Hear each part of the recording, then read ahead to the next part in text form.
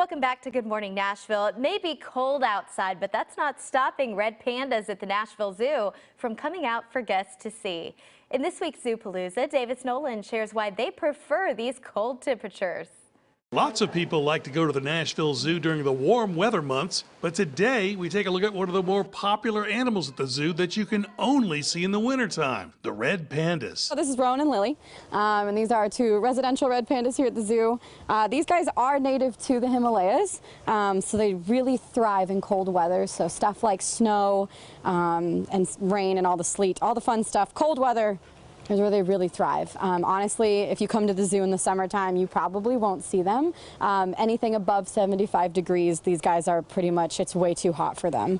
These coats that they have right here are really thick. They feel like almost like a Scottish Terrier, so really coarse, so not as soft as you would think they are, but it's really thick, helps them keep warm, and then these really long tails they have to extra keep themselves warm. They'll wrap themselves around it. Rowan, that's incredibly rude. Thank you. So they will use that tail to wrap themselves, to keep themselves extra warm. Kind of like a scarf, basically. I'm all done, see? Then you have to show them proof that you're done with fruit, and then they'll usually leave. They're like, you're no longer awesome anymore. So now's the time to head to the zoo and check out these cute animals. I can't tell you how many times in the summer I'll have a guest come up to me and be like, where are the red pandas? And I'm like, I'm so sorry.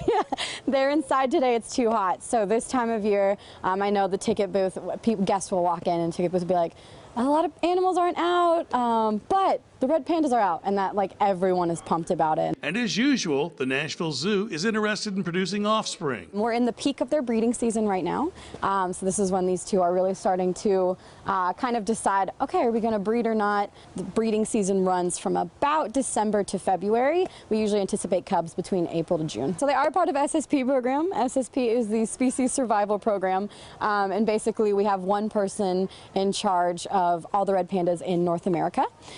And so with that, basically, these two were paired together because genetically wise, they make a really good pair, and their offspring are genetically valuable, and so they'll contribute a lot to the general population of red pandas in North America. And MJ says that Rowan and Lily are definitely taking an interest to one another this year. So maybe by next year, we'll see some cubs. But there's one more thing that she wants to point out. Everyone thinks giant pandas are super cool, which giant pandas are cool. However, red pandas were discovered first, so giant pandas were named after red pandas. So this is the first panda.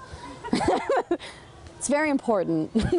You can tell she's awfully proud of her little buddies. I'm Davis Nolan, News 2. And there's lots more new at the zoo. Check out our Zoopalooza stories on WKRN.com. Just click the news tab and search Nashville Zoo.